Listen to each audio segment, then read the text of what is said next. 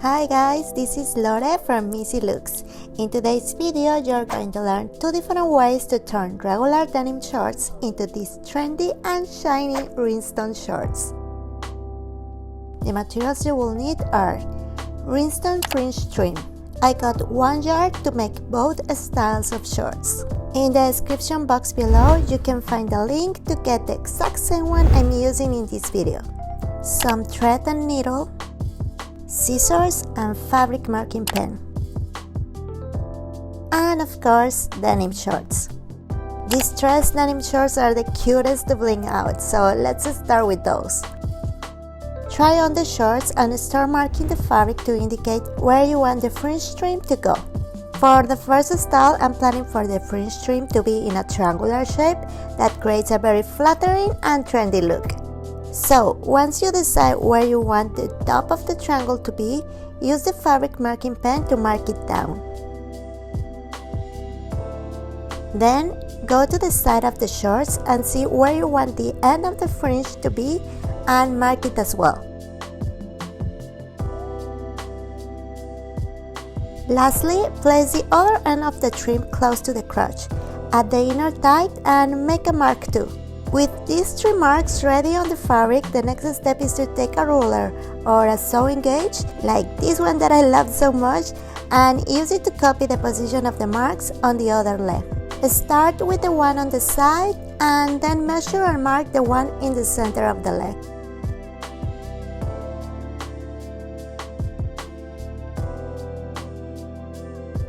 Lastly, do the same with the one on the inner thigh. Then it's time to get the needle and thread ready. If you don't feel like sewing, you could also use the E6000 glue that I used in my How to Bling Converse video. Gluing will be permanent. However, because I wanted to have the option of going back to my regular shorts whenever I want, I prefer the hand stitching route to avoid damaging the fabric and have an easy rewind alternative. Using a double thread in the needle, tie a knot at the end. And now it's time to start stitching the fringe trim on each of the marks made. First, take the end of the trim and place it on the mark.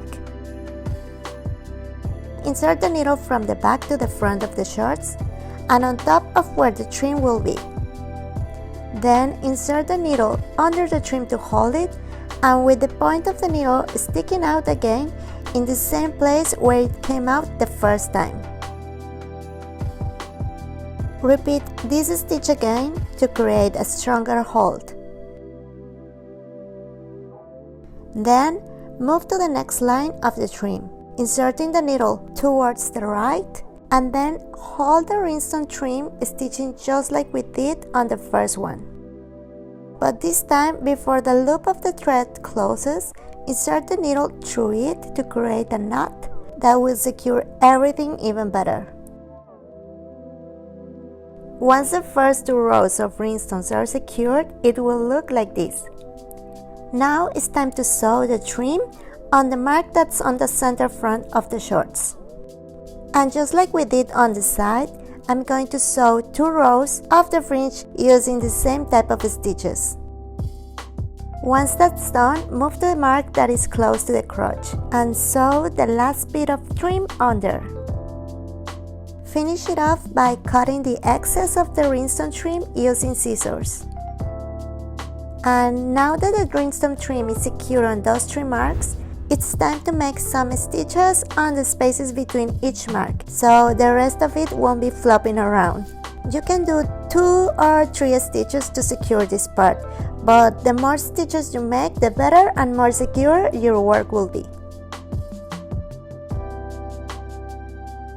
Once you finish sewing the trim, it will look like this on the front of the shorts. And the stitches on the back are going to look something like that. To finish your shorts, simply repeat the same process on the other leg. First, placing the trim on the marks and then stitching the whole thing. Once you are done with both legs, you will have some cute rhinestone shorts like this, ready to shine with you wherever you go. Now for the second style of shorts, the process is actually a little easier and faster. There's no need to mark the fabric because you will be following the shape of the pockets and the side seam of the shorts. What I did was to take the leftover trim and cut it in half to use a half for each pocket. If you have enough trim, it can also look super cute when the trim covers the side of the shorts completely. Prep the needle with thread once again and start sewing. Inserting the needle from the back to the front of the pocket and pull the needle out. Then place the rhinestone trim on top of the thread and insert the needle again to hold it in place. Repeat this stitch one more time, but this time, once you have a little loop of thread, insert the needle through it to create a knot that secures everything. To sew the next row of trim, insert the needle from the back to the front of the shorts in a diagonal way, so that the point of the needle will come up next to the row of rhinestones we want to hold. And then repeat the process all along the shape of the pockets.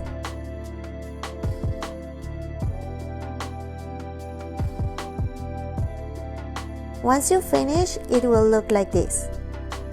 Now, to sew the rhinestone trim on the side of the shorts, place it right next to where the side seam finish. Here it will be easier to insert the needle, rather than if we try to sew the trim on top of the seams. Start holding each row of rhinestones like we did before, until you reach the end of the trim.